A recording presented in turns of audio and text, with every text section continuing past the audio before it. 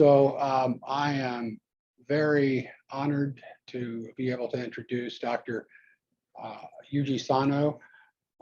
He is currently at the Osaka University, and he has been involved in laser peening for more than a decade, and maybe more than 2 decades. I'm not quite sure how far that goes, but he's been involved in a lot of great technology developments in laser peening, and he is a very senior and well-respected member of the laser peening community. So it is an honor for me to introduce Dr. Sano. Thank you very much. So thank you, Jeff. So today I would like to introduce implementation of laser peening at nuclear power plants and outdoor infrastructure. So I'm now in Osaka University as a specially appointed professor, and I'm also working for the Institute for Molecular Science in Okazaki, Japan. And I'm still have a position in the Toshiba as an advisor.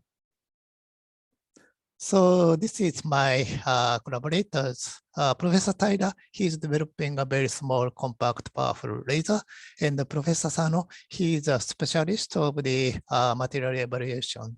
And Professor Sakino and Professor Masaki, they are doing the fatigue testing of laser pinned material and horizontal shot pinned materials. So these are the colleagues in Toshiba, my colleagues in Toshiba. So this picture is taken about 20 years ago or more. Here, this is me, very young, still young at that time. So today I want to introduce 5 items. First one is fundamentals of laser peening without coating. We don't use any successful shallow body, so we call it laser peening without coating. And the second one is the effects of laser peening on residual stress and stress corrosion cracking of type 3 or 4 stainless steel and nickel-based alloy. And the third one is the laser peening device development and application to boiling water reactors and pressurized power water reactors. And fourth one is the effect of laser peening on residual stress and fatigue properties of 12 chrome Martensitic stainless steel for low pressure steam turbine blades. And final one is finally I will introduce the recent development of Palmtop power laser here and a compact laser peening device for future application to infrastructure. So this is background. As you know, the failure of structural components is almost always due to stress corrosion cracking or fatigue. So these cracks usually start from the surface and propagate inside like this. So therefore, impartment and upkeep of compressive residual stress on the surface are effective, important, and to enhance the structural integrity together with material and environmental control. To induce compressed residual stress, we developed laser peening without coating, which irradiate laser pulse to components covered with water without any surface preparation. And this is applied, we applied this to the nuclear power reactor since 1999, already 20 years ago. So at first, I introduced fundamentals of laser peening without coating. So this one is the process of laser peening without coating. So there are 2 ways to use the laser peening without coating. One is underwater mode, and another one is laser peening with water film. This is beneficial for reactor components because the components is immersed in water, so we can shield the gamma radiation in case of nuclear power reactor. So to do this, we use the water penetrable green laser, usually frequency doubled ND laser. The wavelength is 532 nanometer. It can penetrate water without losing energy due to the absorption of the water. So recently we developed such a device to treat the infrastructure by the laser peening.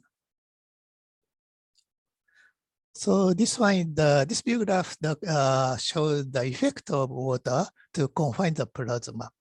This is the material, in this case stainless steel, and we irradiate the laser pulse like this and make a high pressure plasma.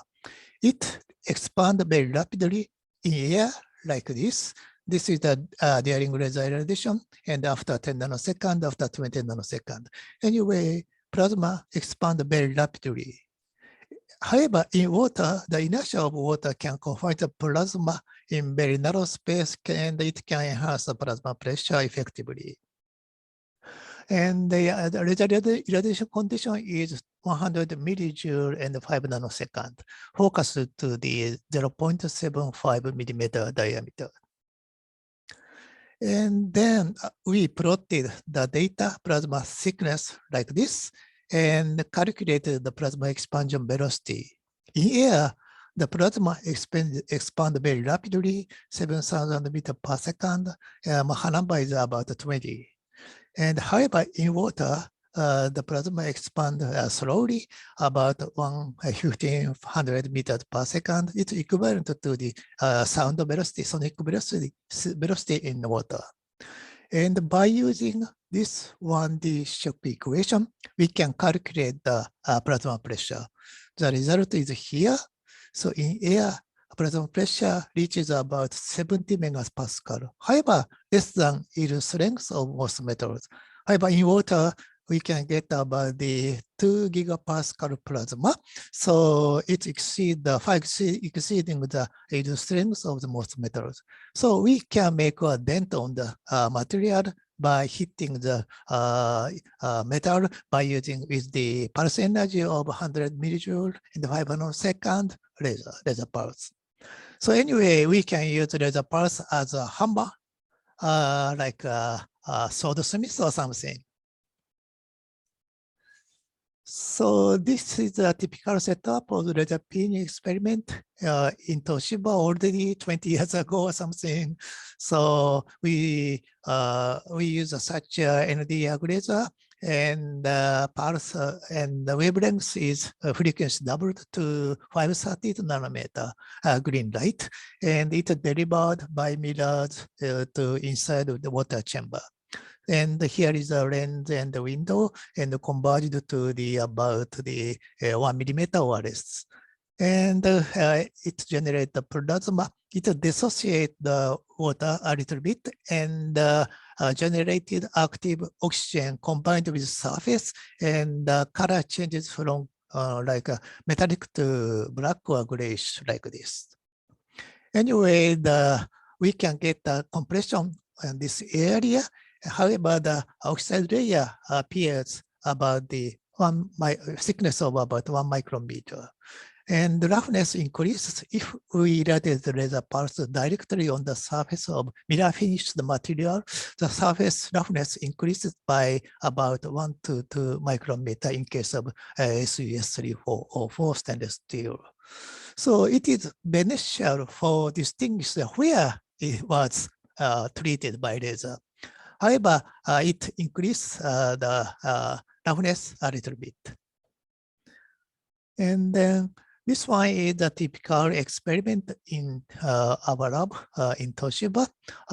Green laser is used, and here is a plasma. The diameter is about 1 millimeter. This one is the alloy 600 covered with oxide layer to simulate the component in nuclear power reactors. So, however, before applying laser peening to the nuclear power reactor, we must precisely examine the surface condition, because, for example, French party published such a result. The surface would be the tensile after laser peening without coating. So, without overlay, the surface residual stress must be tensile in the experiment. However, with coating, with overlay, they got the compression like this. However, we also got such experimental result, by reducing laser pulse energy and also pulse duration, laser pulse spot sizes, and increasing the coverage, we can get the compression like this. Anyway, the low pulse energy is important to decrease the thermal effect on the surface and to increase the coverage or pulse density is important to get the surface compression. So precise discussion is described in this literature recently published in Metals. Anyway, we got the surface compression by increasing the coverage and reducing the pulse energy. So then I'll explain the effect of residual stress and stress corrosion cracking of SUS304 and nickel-based alloys. So this is a typical example for the type 304 austenitic stainless steel. So this one is the residual stress depth profile without laser peening. This one is with laser peening. So you can see the laser peening can induce about 1 millimeter depth of compression. This one is a typical depth induced by shot peening. We can, in this case, in our process, we used only 200 millijoule. However, it's much greater than the kinetic energy of each shot usually used in shot peening process. That's why we can get deeper compression, like 1 millimeter depth, deeper compared to the shot peening results. So this one is the typical result, accelerating stress corrosion cracking test of SUS304. Before subject to the accelerating stress corrosion test, we at first sensitized by heat treatment and then irradiated laser pulse to make a compression on the surface and then subject to the stress corrosion cracking test. Anyway, we repeated such experiment very much, many times, and we can fix the window of the laser peening to get the positive result to enhance the, to reduce the susceptibility to stress corrosion cracking. And then we did also for the nickel-based alloy, in this case, alloy 600 residual stress, and this one is the stress corrosion cracking test, and this one is alloy 182. Anyway, for both metal, we can get the compression like this by irradiating laser pulse without coating. This one is also alloy 182. And these are the result of the stress corrosion cracking test. Anyway, we confirmed the effect of laser peening to retard the initiation of stress corrosion cracking and the effect to reduce the susceptibility. So then we developed a laser peening device to apply the boiling water reactors and pressurized water reactors. So this one is the bird view of the nuclear power plants. So here is a reactor building. This one is a turbine building. This one is a steam turbine, and this one is the nuclear power reactor. Reactor pressure vessel here, and this one is the nuclear reactor core. So at first, we planned such a layout. During outage, we put the laser system at the top floor of the reactor building, and then lay down the waterproof piping like this, and we planned to apply laser peening. However, there are so many challenges. The objective is, of course, the stress corrosion cracking prevention through the residual stress improvement. However, there are so many issues to be settled. One is the strong radiation from the reactor components, radioactive reactor components, and underwater, the water depth is about 20 meters or more, And so we must do the laser peening remotely, far away, about the 50 meters from the weld line to be peened to the laser system. So these are, of course, vibration of floor, of this floor, and sometimes refraction due to shimmering or fluctuation of air and water. So it is very difficult to control the laser pulse irradiating position within the accuracy of 0.1 millimeter or something, because the laser spot size is less than 1 millimeter, about 1 millimeter. So at the 50 meter away, so to control the irradiation position is very difficult. However, we can develop such a technology to control the irradiation position. So this one is the photo of reactor called Shroud. So you can see the weld line, for example, here. So we treated these lines by laser. So of course, we applied the laser peening to the actual nuclear power reactor. We did the full-scale mock-up testing. So this one is a laser room, and this is a control area. This one is a test tank, simulating the reactor pressure vessel and the reactor internals.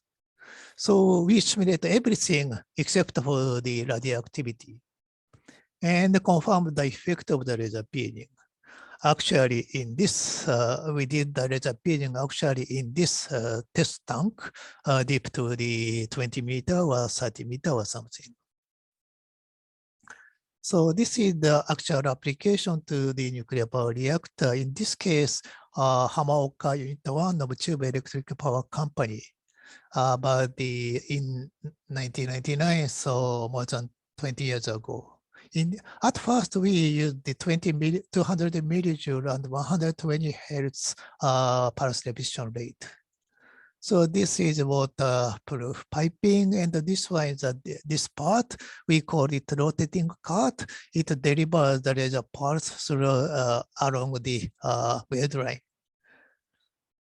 So anyway, it's a tough work. So there are so many people to control the to settle the to lay down the such equipment. This one is this part here. And anyway, we can transfer this system. Complete system, so we must assemble each parts on site.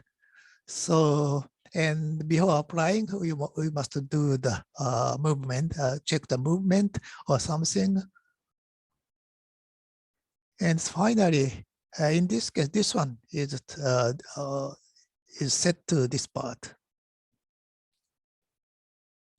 So we did the actual application like this. You can see the somewhat reddish one. So this one is a radioactive corrosion material, and the laser peening, you can see this one is after laser peening. So laser peening removes such a corrosion layer, and so in the early stage, we used such a pipe and mirror system to deliver the laser pulse to the weld line. And the system was, because it is difficult to use optical fiber delivery due to the damage of optical fiber. And this was successful. However, the system was huge and accessibility was limited due to digital piping for laser delivery. So as a next step, we develop a fiber delivery technology. So this one is a very compact irradiation head. However, it's equipped with 5 lenses to reduce aberration. So, and this is the gamma ray radiation test for the optical fiber to check the compatibility in the reactor internal conditions. So this is the lens array to average out the peaky profile to prevent the surface damage. And then we did the laser peening experiment with fiber delivery like this. This is optical head. This one is optical fiber.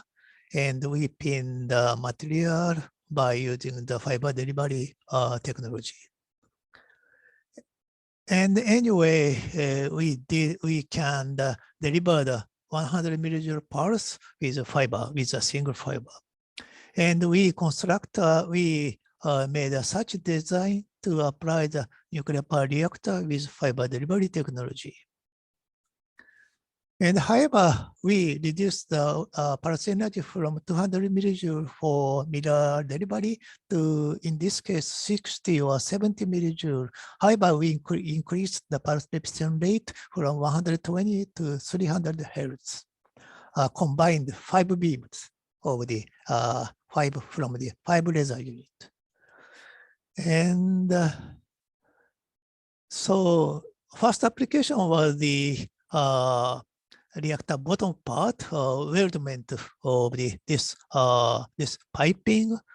And then this one is the mockup testing with 60 millijoule and 300 hertz. And mockup testing was successful thanks to the fiber delivery. We can laser pin such a component, 3D component with curvature. However, fiber delivery was successful. However, sometimes we experienced damage of the optical fiber like this. And also the total system was still huge. So then about 15 years ago, we developed such a system, very compact laser pinning system. It can be transferred to the foreign countries. And this system is immersed in the water inside the reactor components. And here is a laser oscillator. So this technology can reduce traveling lengths from the laser oscillator to the weld line or weldment. It's about 1 meter or less. Former one is about the 50 meter from the laser oscillator to the weld line. However, this one is only transmit the laser pulse from the laser oscillator to the components about 1 meter.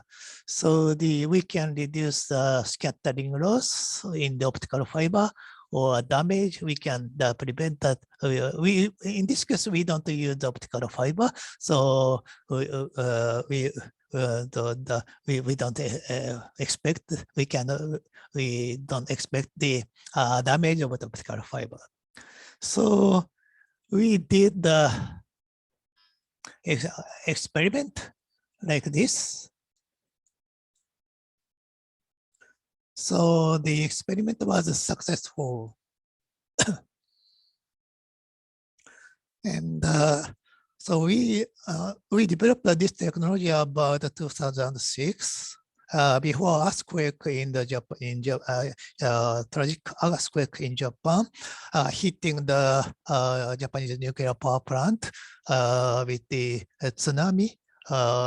Succeeding tsunami, and this accident returned our application to the nuclear power reactor with this technology. However, recently in ANO1 in the United States applied this technology to pin some components. So this one is the development for the PWR. In this case, the bottom-mounted instrumentation. So inside of this instrumentation nozzle should be pinned, and also outside the J-weld should be treated by laser. So to do this, we develop a very compact pencil type laser pinning head. Here is the optical fiber, and this is the mirror, and pinned this area. So by rotating this optical head, we can laser pin the spirally inside of the small nozzle. So at first we did experiment like this and construct and develop actual device for the PWR pressurized water reactors. And this one is the actual application in the Ikata Unit 1 of Shikoku Electric Power Company. So this one is this is peening of this Weld. So this one is applied to Shikoku nuclear, Ikata Unit 1 in 2005 and 2006 to Weld and the inside of the BMI nozzles. So then I'll move to the effect on the residual stress and fatigue properties of 12 chrome martensitic stainless steel. So this material is used for the low pressure turbine, steam turbine blades. So this one is for the SUS 316L. However, at first, this is first our experiment to the applied laser peening to enhance fatigue property of the material. So at first about I published this one 15 years ago. However, maybe 18 years or 20 years ago, we did this experiment. So before applying laser peening, we did the heat treatment like this, stress relieving and full heat treatment. Temperature is here, and the main difference is grain size of the material. Anyway, we pin the heat treated material like this, color changed from the silver to grayish, and laser peening can enhance the fatigue strength like this.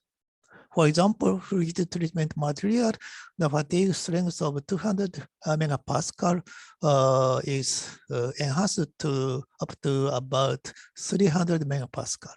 So by 100 megapascal enhancement. So then we apply this technology to the inside hole of the connecting pin of the steam turbine blade to the rotor, steam rotor, turbine rotor. So we experienced such an accident in around 2006.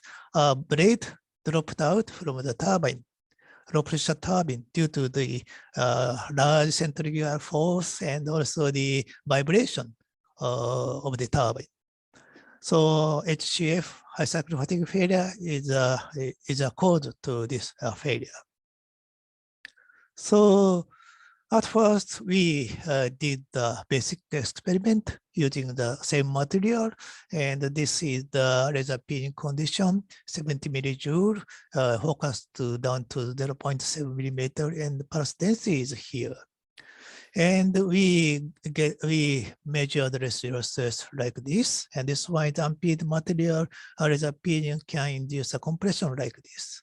And we did also the fatigue testing and with a mean stress of 200 megapascal, and we confirmed the effect of laser peening to enhance the fatigue strength like this.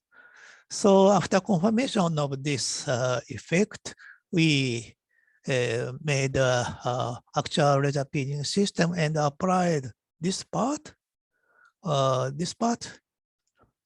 to insert such a head developed for the at first PWRs, and then modified this system and applied inside the hole of the connecting pin of the turbine blades. So this is the last item I will explain.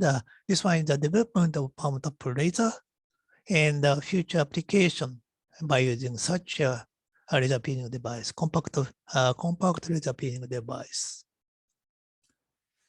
So why Palmtop lasers? I will want to explain at first. It is difficult to deliver high power laser pulses with optical fiber. So there is a damage of the optical fiber. And also the multi-mode thick optical fiber is very expensive and not so flexible. So if laser is sufficient small and robust, we could handle it freely like this. So this increases the accessibility and applicability of lasers, especially in narrow space and harsh environment, etc. So at first we made a target specification like this, 20 millijoule per pulse, 100 hertz, and the pulse duration is less than 1 nanosecond. This means increase the peak power intensity of laser pulse. So 20 millijoule is a peak power intensity of 20 millijoule pulse is equivalent to the 200 millijoule.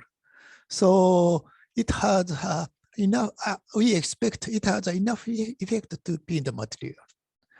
And another specification is no electronics in laser head. Usually we have electronics inside of the laser components, so we cannot use such a laser inside of the reactor a long time due to the gamma radiation. So we don't use the optical electronics inside of the reactor laser head. We use the chromium YAG passive Q switch system. So it can, so we don't use any electronics inside of the small laser. And some systems should be driven by battery like this. So by increasing the laser pulse energy, we must increase the volume of the laser medium. So that's why we cannot use the high repetition rate for the pulse high power lasers. So to increase the heat removal efficiency, so we cut this laser medium like this to small pieces, and insert the transparent heat sink with high heat conductivity, and combine them into one piece by using the room temperature bonding technology, and optimize the shape like this, so it can enhance the heat removal from the laser medium generated inside the laser medium. And actually, we did such a bonding and make a small, compact, monolithic laser. So you can see this one with a coating. So we can integrate everything in one piece. We are including mirrors and a Q switch and also laser medium. So anyway, we can get the monolithic type Palmtop laser. So this one is the first prototype of the 20 millijoule system. And this one is trially applied to the material processing like this. This one is a laser oscillator. This one is a robotic arm. So we can freely move the laser oscillator like this. So there are no optical fiber and there are no mirrors, so we can prevent the damage. So then after the success of the basic experiment, we designed such a system. So this can operate with the AC 100 to 220 volt. The maximum consumption, power consumption is about 330 watts, very low. So this is a whole system. This is controlling per personal computer. And here is a power supply, including the laser diode. The output of laser diode is delivered with this optical fiber to laser, this Palmtop laser. So this the output of the laser diode can convert to here to a laser, high peak power laser, and it can pin the material here. So this one is a typical experiment. Here is a laser Palmtop laser, and this one is a coupon to be pinned. This is a robotic arm, very compact one.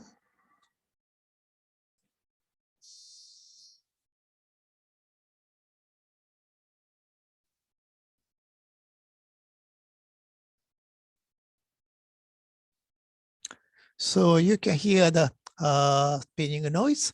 This one is horizontal processing.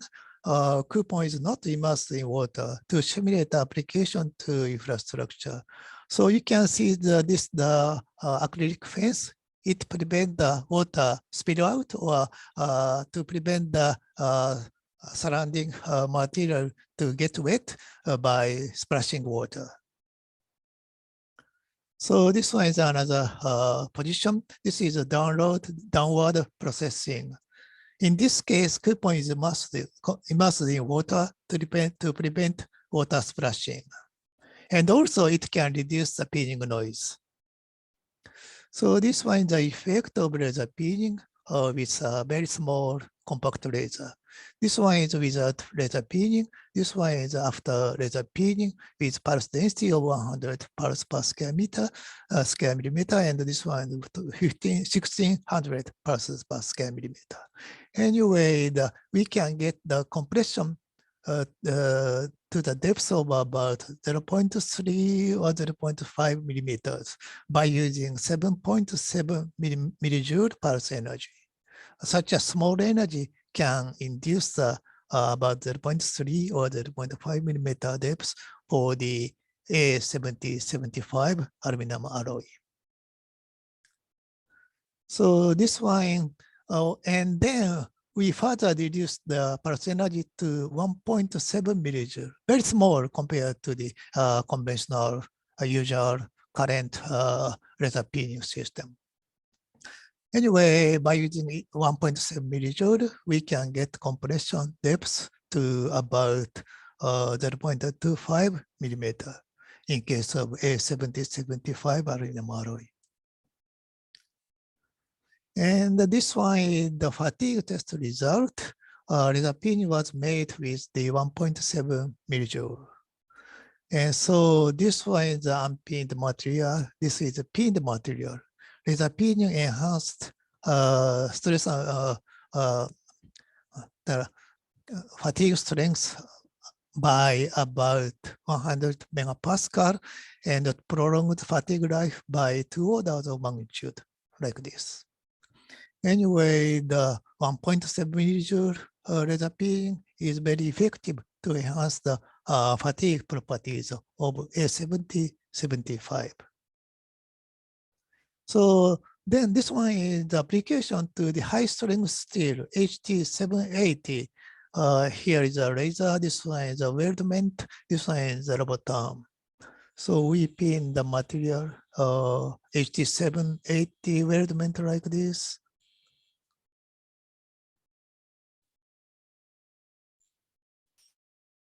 So this one is a weldment. So we pin this area. So 20 millimeter length, we pinned both sides. And with using this one is a conventional laser. However, we pinned here very small laser also. And this one is the fatigue test result. This black one is without laser pinning. Red one is the laser pinning with 7.7 millijoule with Palmtop laser. And the blue one is the laser pinning result of using the conventional ND laser. So you can see the laser pinning with the 7.7 millijoule can enhance fatigue strength, fatigue properties very much. However, there are some scatter like this. I think that's because the compression is shallower compared to the former one with 200 millijoule. So the weldment is made by hand, so the shape of the weld is differed the specimen to specimen. So that's why there are some scatter in the fatigue test result. So anyway, let me conclude my presentation with this view graph. Laser peening without using a circular shallow body was invented in Japan in the mid-1990s and named LPwC. And the favorable effect of laser peening without coating on residual stresses and SCC susceptibilities were confirmed for SAS 344, 316L, and R600 and 800, 182. And 12 chrome Martensitic stainless steel used in nuclear power plants. Laser peening devices have been developed and applied to BWRs and PWRs since the 1999. And also the laser peening was applied to inside the wall of the conducting pinholes or for low pressure steam turbine blades to enhance the fatigue properties. And recently we developed Palmtop lasers and portable laser peening devices. And it was shown that the laser peening with Palmtop laser has a positive effect on residual stress and fatigue properties of A7075 and high strength steel 18780, which opens up the possibility for application in infrastructure, including outdoor. Thank you very much for your kind attention. Thank you.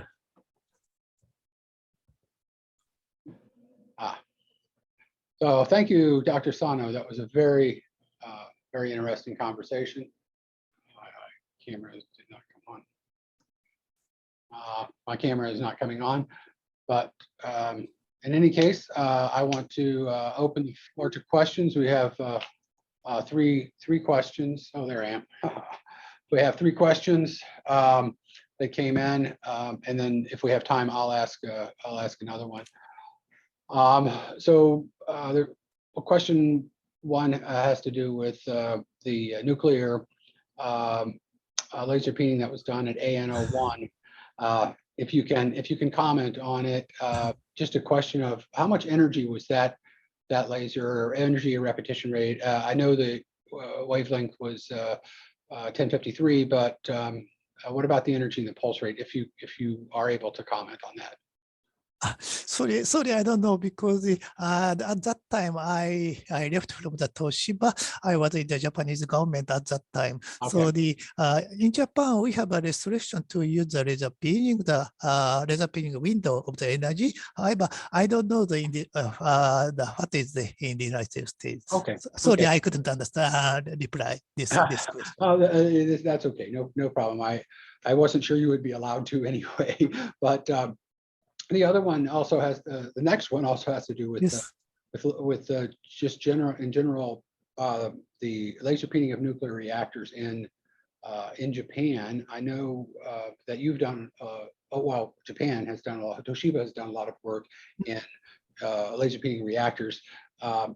And can you, or do you know? You may not know this one either, but do you know if they're still continuing to do laser peening of nuclear reactors using this method that you showed in Japan? Yes, in Japan. So as you know, after the huge tsunami, after the earthquake, and then in 2011, so all nuclear power plants were stopped. So after that, we we are reconstructing all the nuclear power plants. So laser peening for the nuclear power reactor is enhanced to prolong the service life of the operating nuclear power plants. So usually applied to all the nuclear power plants before we understanding the stress corrosion cracking will occur for such a austenitic stainless steel. So therefore at present I'm not precise. I don't know precisely how, but probably there are no plan to apply laser peening to fairly new nuclear power plants. That's why we don't have any plan to apply laser peening. Probably I'm now in the Toshiba, so I'm not sure about this. Yeah, that's okay. Yeah. So, but as far as you know, Toshiba is done with the nuclear peening of reactors. Or are they still working on old ones? I know you said nothing in the new ones just now, and also you don't know about any of the old ones, if there's still work that's being done there on older reactors. Yeah. Yes, for example, in Japan, maybe we are gradually restarting nuclear power plants. So there are a chance to use the laser beam also in Japan. However, and also in the United States and also France or something, they are interested in the laser beam to apply. Okay. So, and also maybe the turbine, steam turbine, it is also subject to the fatigue. So there is a possibility to apply laser beam. Okay. So I have several more questions. I guess we have time for one or two more. Let's see. Is increasing the pulse density always the key to remove tensile stress at the surface level, or are there certain configurations where it happens? You specific surface configuration. Sorry. Yeah, I believe this means you get a tensile stress on the surface when you don't use the coating, right? So the question is the solution? I think the question is the solution to simply increase the power density to remove the tensile from the surface, or is there a different kind of configuration that you can use to remove the tensile from the surface? Anyway, the important thing is to shorten the appearance of plasma. The radiation from plasma heat up the material of the surface, so it is important to reduce the size of volume. It can easily cool down, disappear. Yeah. So pulse duration is very important. Less than 10 nanosecond is usually mandatory to get the surface compression. Okay. So a shorter pulse width, smaller spot sizes would reduce the overall plasma, reduce the heat, and allow you to not put tensils in. Okay, so yeah, three-dimensional cooling effect is important. So huge spot cannot cool down easily. So small spot can be cooled down three-dimensionally. So yeah. It's important. Okay. So one thing that I didn't see, I guess this is a new question from me that's not in the chat, but in your talk, I don't recall seeing anything with your Palmtop laser that compared to shot peening results, and so your data shows better depth of compression than shot peening, which is typically only about 0.1 millimeters, right, roughly, and you were showing 0.3 millimeters depth of compression. So that is better than shot peening, and but what about the surface intensity? Is the surface intensity with the Palmtop system as good or better than shot peening? You mean the surface intensity? Yeah, surface residual stress. Your residual stress on the surface, is it as good or better than shot peening, typical shot peening?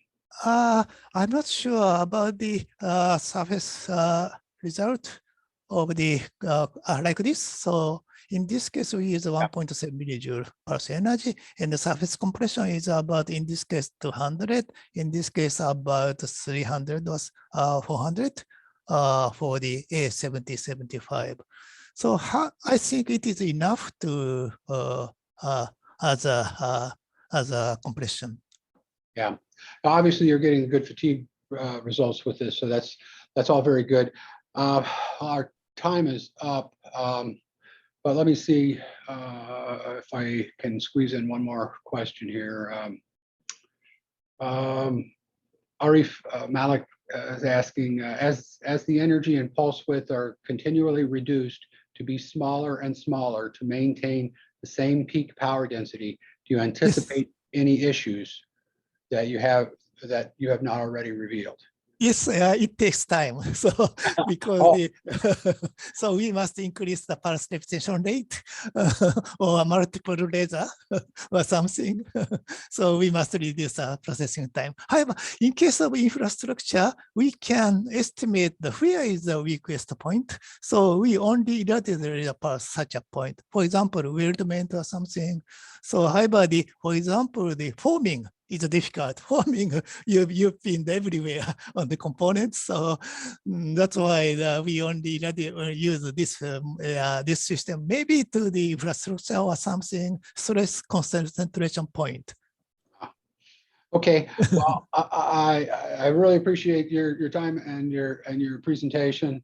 Sorry we didn't get to all of the questions, but appreciate everyone's participation. And Dr. Sano, I really appreciate your participation in this event. So thank you very much. Thank you very much. If you have any question further, so please send me email. I can happy to answer them. Thank you very much. Thank you. Bye-bye. Thank you.